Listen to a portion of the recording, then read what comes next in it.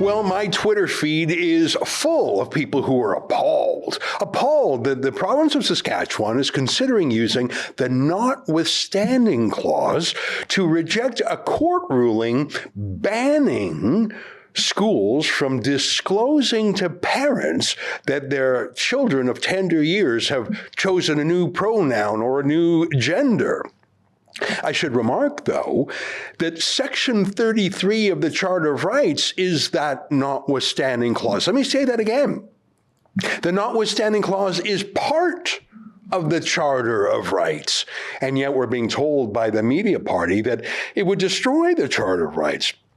I think they have to go to law school. I don't know if Scott Moe went to law school. I don't think he's a lawyer. He's got too much common sense.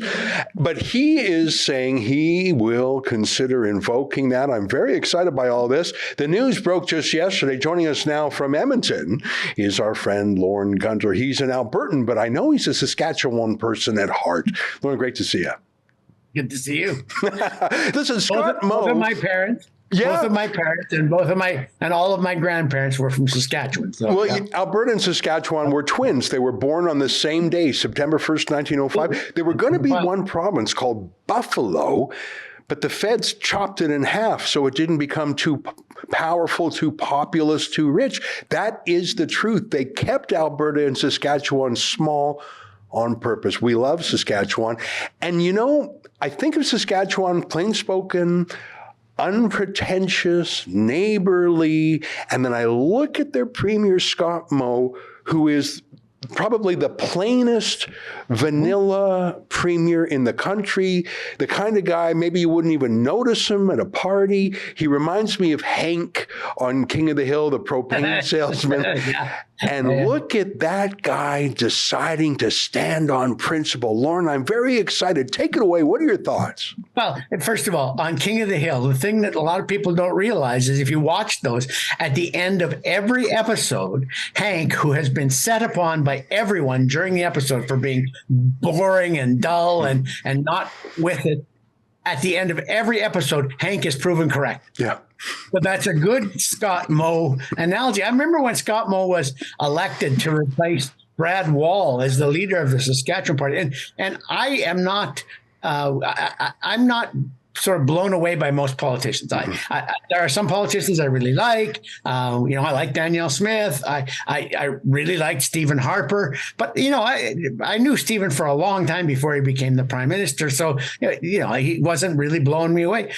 Brad Wall blew me away. I remember the first time I saw him talk, he was one of those politicians who, like Margaret Thatcher or Ronald Reagan, delved down deep into the ideology behind what he was selling, and he understood it all. So I thought, Scott Moe, who's this guy?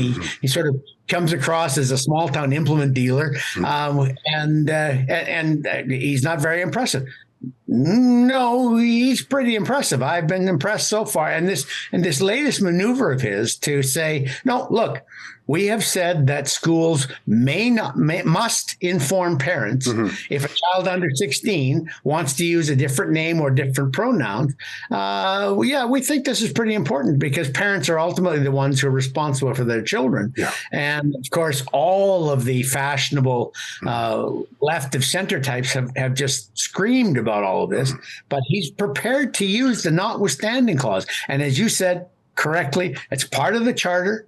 It was included in the charter in 1982 during the negotiations between Ottawa and the provinces, precisely so democratically elected governments could override court rulings. Could override provisions of the charter in limited cases. And it's funny, all these people who squawk and scream that Scott Moe will destroy the charter don't account for the fact that in about 60% of bills passed in the Quebec National Assembly, the notwithstanding clause is added to the bill. Yeah. Quebec uses the notwithstanding clause all the time. Yeah. And they should be able to. The charter. If you listen to Brian Peckford, the last surviving negotiator and signer of the repatriation of the Constitution, of which the charter was a key, that notwithstanding clause was essential. It was the only way that the provincial governments would accept it, because otherwise we would be living in a judicial dictatorship. And even the judges say this is part of the dialogue between the courts and the legislatures. I always thought that was a bit presumptuous by the judges, but I suppose it's true. So we heard from the Supreme Court judges like the dialogue where they say things and nobody answers back. But that's the kind of dialogue they like. But Peckford is absolutely right. Mm-hmm. When the clause was put in that allowed judicial review of the constitutionality of individual laws, mm-hmm. lots of premiers insisted that the notwithstanding clause be the counterbalance to that. It was put in. It's not like this was just plucked out of the air and nobody thought about what the consequences would be. When they gave judges the power to review legislation from a constitutional perspective, the premiers also said yes, but now you have to give us the power in the provincial legislatures to override judicial rulings or charter rulings that we think abrogate the power of Parliament and or the legislatures. And so that's why it is a tool that the other provinces should use more often. I don't think they have to use it all the time, but they need to use it every once in a while because they believe correctly sometimes that the will of the people as expressed through their elected representatives must trump the rulings of judges. Yeah. And, without looking at Section 33, just going from memory, I think there's like a 5-year time limit on that. Don't quote me without letting me check it. Like, it's really meant for the cut and thrust of, and I think it's a healthy democratic tool. And anyone who says, how dare Scott Moe, who was elected by, there's more than 1 million Saskatchewan people. I've never heard of this judge that answered to a civil rights lobby group that I'd never heard of. How dare Scott Moe think he can say no to some appointed, unaccountable judge and lobby group? Well, that's exactly the thing. That's why it's there. And let the people speak. I remember when Blaine Higgs, the premier of New Brunswick, did a very similar thing. Again, he was very gentle about it. He said, look, I'm a grandpa. This is something I care about. And none of these guys are mean. Look at Scott Moe. There's not a mean bone in his body. He's not a firebrand. He's just a folksy, neighborly guy. And I didn't mean to come across as diminishing him before. The opposite. Still waters run deep with that guy. Look at him. He was, by the way, Danielle Smith gets a lot of the flack for it, but Scott Moe was ahead of her in terms of a Sovereignty Act. I think he gave it a bit of a slightly different name. Scott Moe has been really strong on resource rights against Trudeau doing to nitrogen for farmers what he did to carbon for oilmen. So Scott Moe is a silent, tough, strong but silent type. Let me say that. Go ahead. No, and I was just going to say, I hope that his courage in using the notwithstanding clause here not just wins the day in Saskatchewan over parental rights, superseding those of the school, but I hope it also gives Danielle Smith some backbone, perhaps to use her Sovereignty Act if necessary to stand up to the feds on their net zero electrical generation proposal. Every once in a while, Lorne, there's an issue that the difference between the establishment and grassroots people is like a canyon. Sometimes it's a matter of degree, but there's certain issues. One of the most classic, I think, in the last decade was when Justin Trudeau gave an apology and $10.5 million to Omar Khadr. The entire opinion set loved it, was totally there for Khadr. Every opinion journalist, every law professor at the Canadian Bar Association and Amnesty International. But the people were appalled. And Trudeau was genuinely surprised by the reaction he got. This is another issue. We saw an Angus Reid poll a few weeks ago showing more than 80% of Canadians want parents to be informed. This is, and we saw just a week or so ago, hundreds of thousands of people across the country marching. We had reporters in 7 different cities. It was the biggest rally since the trucker convoy.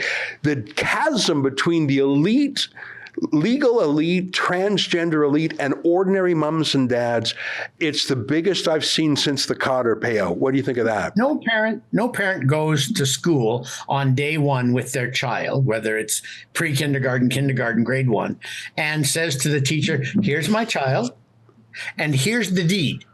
Yeah. They now belong to you. You do as you think it fit. Very few parents would not listen to the school if it had a reasonable argument for X, Y, or Z action. I think lots of parents. We have a couple of friends who are the parents of transitioning children, and they welcomed the news from the school that the child had identified at school that they wanted to change pronouns and change the name. And so now they're working with the child, with child psychologists, with the school to try and determine whether this is a fad, whether this is for real, whether it's deep. And that's how it should be handled. This idea that the school is somehow the guardian of the rights of these children. I'm going to keep a secret from the parents. Hey. And without the school, the parents would somehow destroy these children. Yeah. That's not what these people are upset. They're upset by the idea that you could transform their child into something completely different, perhaps permanently, perhaps physically, perhaps with drugs and surgery, without them being told. Yeah. I mean, it's ridiculous. Yeah. And that a 23-year-old radical education grad with no kids of their own is a better parent for a child than their actual parents. It's so shocking. There was just one iconic image from that Million March for Kids a week or two ago of a woman with a Muslim hijab, which shows that this isn't what Trudeau says, oh, you're just racist haters. Like his normal shoot back doesn't really work. A Muslim woman with a hijab holding a sign over her head. I don't have it in front of me, but it said something like, never trust someone who says, keep a secret from your parents. And that's so obvious. And let me close the loop on Blaine Higgs in New Brunswick, because he said the same thing. He's a very gentle man. Like Scott Moe, New Brunswickers are that way. They're very friendly people. And he said, look, I just want parents to be told. And there was a mini uprising even in his own cabinet. And they talked about walking out, but then they must have gone back to their districts and got it and heard from real people, not from the Twitter mob. And they fell in line pretty quickly. Lorne, frankly, I would love to see an election in some province sparked by this crisis. And I would like to see that to be the ballot question. Should parents be informed of what's going on with their kids? That would be the biggest wipeout in history.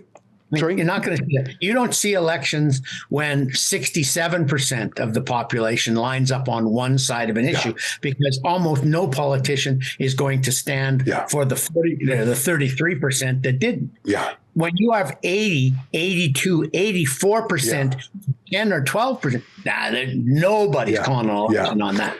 Well, I can hardly wait to see what Scott Moe does. And he's not going to be a wild man. He's not going to be rude. It's not in his nature. It's not in Saskatchewan's nature. And the funny thing is that province, even those who are more sort of New Democrat oriented, they're not radical on social issues. The New Democrat bloodline in Saskatchewan was always sort of labor, farmers, working people, take care of each other. Like it was never a university radical activist. No, it was the co-op movement. Yeah.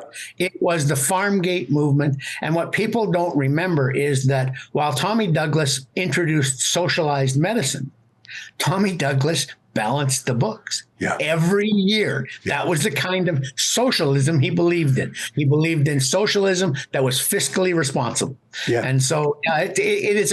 People don't understand what Saskatchewan political culture is like, but Scott Moe does. Yeah. You know what? Let me close with a clip of Tommy Douglas, and I shouldn't do it because it's too mean. But Tommy Douglas had a few things to say about people who were LGBT. That's before that acronym was invented. Well, here's a clip of Tommy Douglas. And actually, at the time, this was considered quite progressive. Here's Tommy Douglas on how to treat gay people. If ever we needed in this country to adopt a new attitude to homosexuality, this is the time. Instead of treating it as a crime and driving it underground, we ought to recognize it for what it is. It's a mental illness. It's a psychiatric condition, which ought to be treated sympathetically, which ought to be treated by psychiatrists and social workers. We'll put that in post. You probably know the clip. I do. So, yeah, you know what? I don't think Saskatchewan is mean. I don't think they're mean to gay kids. I don't think they're mean to anybody. But if you say to their parents, we're going to keep a sexual secret between a teacher and your young child from you, they're not going to stand for it. The grizzly mamas, the grizzly, And just think about how smug that is. Yeah. How arrogant that is on the part of the school, that somehow they are morally and intellectually superior to parents. Yeah. And therefore they have the obligation to keep this silent and quiet. And not only the obligation, but they also have the authority to do it because they are so much more enlightened. And I find that arrogance is what really grates me on this issue. Yeah. Well, I'm excited about it. And, I think that there is a new wave. The pendulum's swinging back, I think, on this issue. Lorne, it's great to catch up with you. We're talking Saskatchewan. I know we wanted to talk about net zero and carbon stuff. We'll talk about that because that's a recurring battle. I love how Danielle Smith is ramping up her battle with Stephen Guilbeault, my least favorite cabinet minister. We'll talk about that another time because I'm sure that battle won't go away. But this Scott Moe move, very exciting. Take care, my friend. I look forward to it. Okay, You too. There you have it, Lorne Gunter, senior columnist with the Edmonton Sun. Stay with us, more ahead.